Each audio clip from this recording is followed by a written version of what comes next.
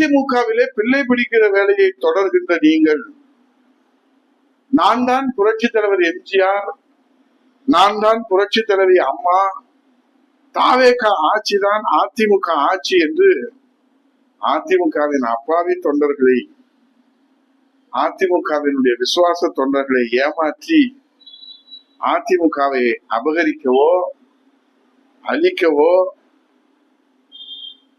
நீங்கள் முயற்சி எடுப்பது அதிமுகவின் கடைசி விசுவாச தொண்டன் ஒருவர் இருக்கும் வரை அது நடக்கவே நடக்காது. அப்படியே தாங்கள் மோசடி செய்து இந்த சமூக வலைதளம் சோசியல் மீடியாவின் மூலமாக ஒரு அபாயகரமான மோசடி கட்டமைப்பை உருவாக்கி அதிமுகவை அழிக்கும் நிலை ஏற்பட்டால், மாண்புமிகு முதல்வர் விஜய் அவர்களே, ஒன்று விசுவாச தொண்டர்களான நாங்கள் உயிரோடு இருக்க மாட்டோம், இல்லை என்றால் 80வது சுதந்திர தினத்தில் சென்னை சார்ஜ் கோட்டையிலே தேசிய கொடி ஏற்றுகிற நீங்கள் உயிரோடு இருப்பீர்களா என்று எங்களுக்கு தெரியாது. புரட்சி தலைவர் அம்மா, புரட்சி தலைவர் எம்ஜிஆர், புரட்சி தலைவி அம்மா விசுவாச தொண்டர்கள் தற்கொலை படையாக மாறுகின்ற அந்த சூழ்நிலையை நீங்கள் உருவாக்க மாட்டீர்கள் என்று நம்புகிறோம். அப்படிதான் நான் இருப்பேன் என்று சொன்னால், அண்ணா திராவிட முன்னேற்ற கழகத்துடைய விசுவாச தொண்டர்கள் இந்த புரட்சியை செய்வதற்கு, உரிமையை மீட்பதற்கு எந்த தயக்கமும் காட்ட மாட்டார்கள் என்பதை 80வது சுதந்திர தின சூளுரையாக ஏற்று, இந்த தமிழ் பாரம்பரியம் விஜய் அவர்களுக்கு தெரியும்.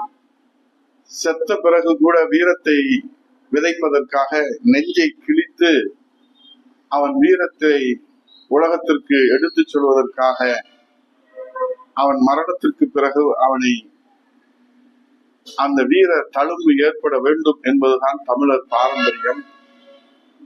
அதே போல அந்நியர் படையெடுப்பில் அபகரிக்க நினைத்தால், அந்நியர் படையெடுத்து அபகரிக்க நினைத்தால், தாய் நாட்டை காப்பதற்காக தாய் தந்த உயிரை விலையாக கொடுத்ததுதான், வீரமாக கொடுத்ததுதான், விசுவாசமாக கொடுத்ததுதான் தமிழர் பாரம்பரியம், தமிழர் பண்பாடு, தமிழருடைய உரிமை முழக்கம். அதுவும் மாண்புமிகு முதல்வர் விஜய் அவர்களுக்கு நன்றாக தெரியும்.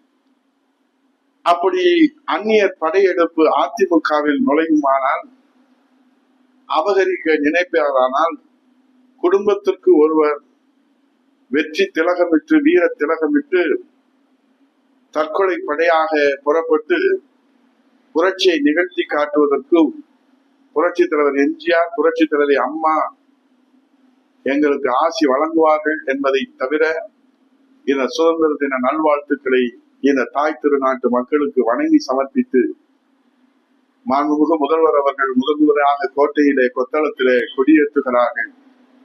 அவர் இந்த தாய் தமிழ்நாட்டு மக்கள் அவர் மீது வைத்திருக்கிற அந்த நம்பிக்கைக்கு 35% பேர்கள் உங்களுக்கு வாக்களித்திருக்கிறார்களே, அந்த நம்பிக்கை நிறைவேற்றுகிற வகையிலே வறுமையை ஒழிங்கள், இளைஞர்களுக்கு வேலை வாய்ப்பை உருவாக்கி கொடுங்கள், இந்த தாய் தமிழ்நாட்டை தொழில்துறையிலே வளர்ச்சி எடுங்கள், விவசாயத்துறையிலே வளர்ச்சியடை செய்யுங்கள், மேகதாது அணையை தடுத்து நிறுத்துங்கள், காவேரி உரிமையை பெற்றுத்தாருங்கள், முல்லை பெரியாறு புதிய அணையை தடுத்து நிறுத்துங்கள், முல்லை பெரியார் அணையின் உரிமையை மீட்டுத்தாருங்கள், கச்சத்தீவை மீட்டுத்தாருங்கள், பாலாறை மீட்டுத்தாருங்கள்.